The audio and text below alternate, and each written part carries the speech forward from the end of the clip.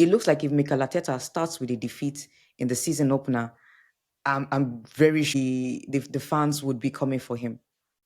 Not only the fans, should Arsenal not be champions this year? I don't see any reason why they should keep the manager. Especially this season, Arsenal bought quality players. This is why I think it's going to be a perfect game for us to watch as the opening game because they are two different playing styles. But the one who's trying to counter, which is Manchester United, has less pressure on him now. But Arsenal, coming into this game, have to start the season running. Even though they're playing away, the pressure to win is more on Arsenal.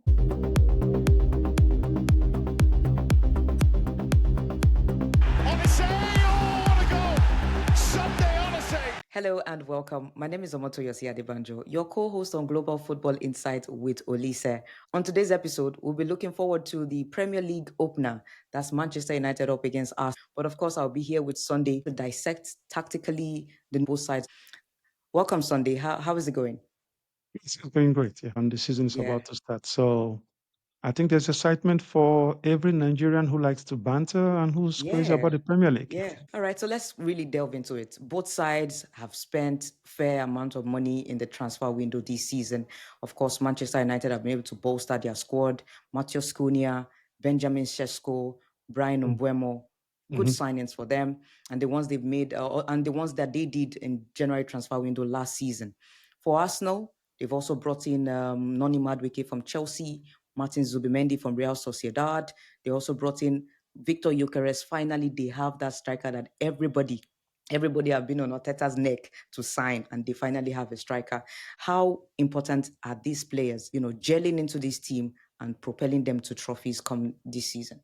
To start with, there is no way Arsenal can think about this season without looking about the errors from last season. They lost the title last season because they played 2-minute balls. They didn't lose too much, but they drew too much.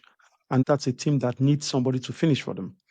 And Yeah. now they've bought Gyökeres, who I find to be a very good player. I find him solid. I find him, he moves, he's mobile, he's strong, he's clairvoyant, he can shoot, he can strike penalties, he can shoot free kicks, he can strike the ball clinically well, right and left foot.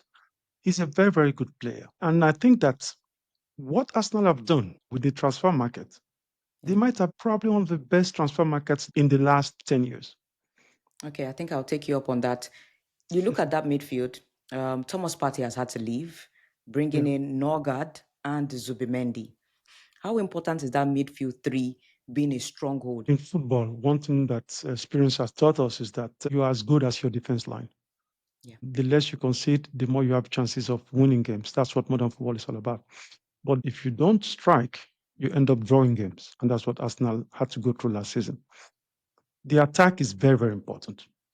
The best you're defending is to attack. But what is most important in football are the midfielders.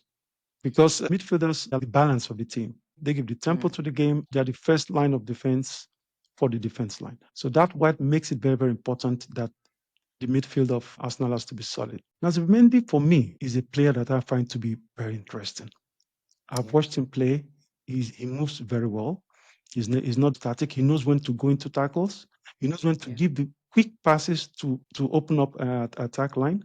He knows how to give what we call the pre-assists. I think that is what Arsenal really needs now. Odegaard will have to improve on his own attributes as regards defensively working for the team because Yeah. now they got strikers. So he has Mhm. to play really like a midfield. Finally, club football is back. You agree that Manchester United would not like to face Arsenal so early this season? Well, maybe and maybe not, because to start with, Man United have nothing to lose. This opening game might end up even favoring more Man United than Arsenal. This gives Man United an opportunity to maybe spring up a surprise. But it will be like a test of fire for them. Oh, serious fire. But you're going to see why I think they have a chance. All right, let's go to the big game. Manchester United will take on Arsenal at the Old Trafford. Historically, they are opening weekend specialists. They've won 22 games and lost just 7. Arsenal Mhm. cannot boast of that kind of record. But do you think Arsenal should be worried with this record? Does he give Manchester United an advantage?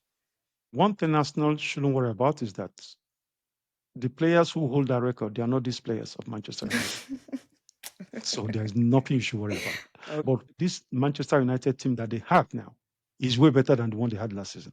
Yeah. All right. Two managers with two contrasting formations, Ruben Amorim, Yeah. Mikel Arteta. How do you now set up a side like this for Manchester United, where their front three have to make sure that they break Arsenal's defense line, and not just the defense line alone? Let me tell you where Manchester United will have an advantage over Arsenal. Okay. With the formation they're going to come up with, if they come up with a 3-4-3 system or a 3-5-2 system, the fact that they have that four in the middle against Arsenal's three, Yeah. Arsenal will start the game in the midfield with inferiority in numbers. Okay. So that midfield is where Manchester United should dominate them. But that depends on Arsenal and how they animate their own 4-3-3 system. Yeah. Many coaches will tell you I'm playing 3-4-3. But in reality, they are playing five defenders Yeah. because the players on the side, they have the three central, and then those two on the side will just tuck in when they have all these five. If he's going to play 3-5-2, expect a crowded midfield and expect the three midfielders of Arsenal to be overwhelmed. If you're going to play 3-5-2, that means you're already settled to play counter football. Yeah.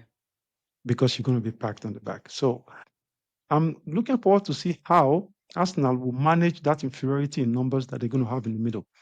Well, Arsenal may have the inferiority numbers in midfield, but you would agree that Manchester United having the superior numbers in midfield, it's a case of quantity over quality. It's like a mismatch. You have numbers, but the others have better quality. Yeah. So how do they manage with better quality? That's what I want to see. Yeah. Because they've got three quality players in the midfield. And the strongest point of Man United at the moment, from what I've seen, is not necessarily the midfield. It's more in the attack. So I'm curious to see how that's going to be. Yeah. For Manchester United, in the last 2-3 seasons, they've had to rank as the lowest side when it comes to covering kilometers, against even some small teams. Ruben Amorim has brought in the whole idea that the players need to always run.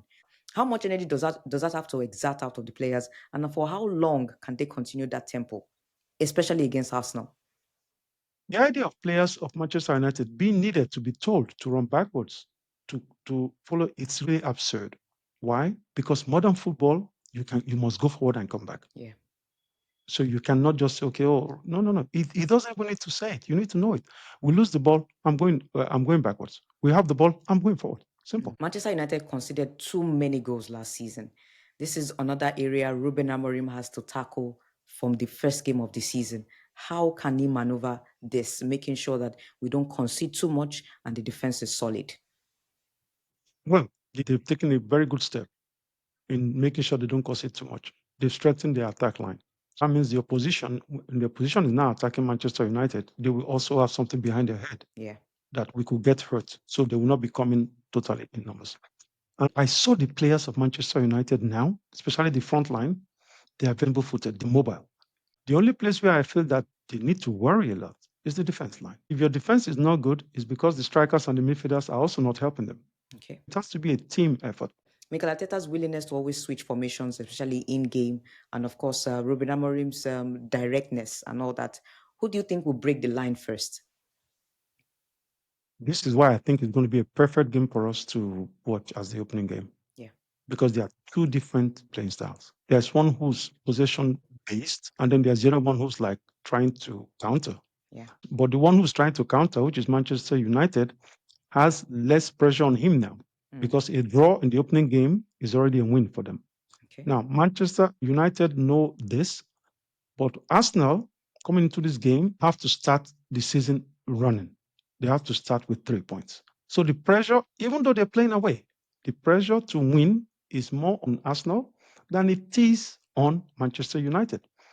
Let's face it, if Manchester United finish this season at fifth or fourth position, it's been a great season from 16th position. Yeah. If Arsenal finish fourth, I don't see any reason why the fans will not ask Arteta to leave. Okay. Where would this game be won on the pitch? Where exactly? I think this game will be won in the midfield. Okay.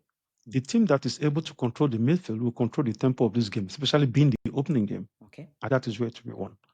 And the team that is smart enough to cover up lines, passing lines behind their Yeah. defense Yeah. is the one that's going to win it, I think. Would we have a cagey game, knowing fully well it's the first game of the season? I don't want to lose. You don't want to lose.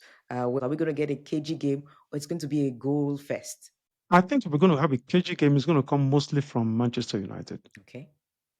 I'm expecting that Mm. because they have the players to hurt Arsenal going on the counter. So I think they're going to first of all try to secure behind and then attack. Expect us with the players they have now to really try to take possession of the game, to control the tempo of the game from the onset, which will be advantageous for Manchester United. The objective of Arsenal is to be champions this year. So they will start the opening game against Manchester United with the ambition to win it. Mm. So Okay. You were once a player. You've obviously played in rivalry matches. How do you prepare for season openers, control the butterflies that you have playing the opening match of the season? yeah, I think we can share it into two different categories. When I was starting out as a young player, then I really had butterflies because I really had Yeah. butterflies because I was coming in and I'm trying to look at, oh, this has to be my season. I Yeah. have to, so then I was really worried about it. But the moment I started becoming a confirmed player, and I knew that, in fact, with the club, you were like a sure asset of the club. Yeah. You knew that you were going to start the games. The butterflies were not there, but what was important is that I need to play a good season and I need to start well. Yeah. So it's two different ways. One is almost as if you're desperate, I have to do well, do well. The other one is like, okay, I'm going to manage it. I'll take it, you know, based on who's come. So because I know that in most cases, I'll play this game, I'll play next game, and Yeah. so it's not as if you play 5 games, they drop you off. No, it is so that I manage it differently. These butterflies exist in you, even if you are an experienced player. Yeah. If you just made a transfer, Yeah. I just came to a new club. Yeah. You're about to, so you're just wearing the colors of this new club for the first time in the opening game. You don't get a second chance to make, so you have to give your best opening game. All right. So if you're going to be the manager of Manchester United come Sunday, you're going to be at the dugout there. What will be the ideology and the side that you'll be putting out against Arsenal? As manager of Manchester United at this moment, knowing that they've reinforced their team, I will deceive them to think I'm going to play defensive. Okay.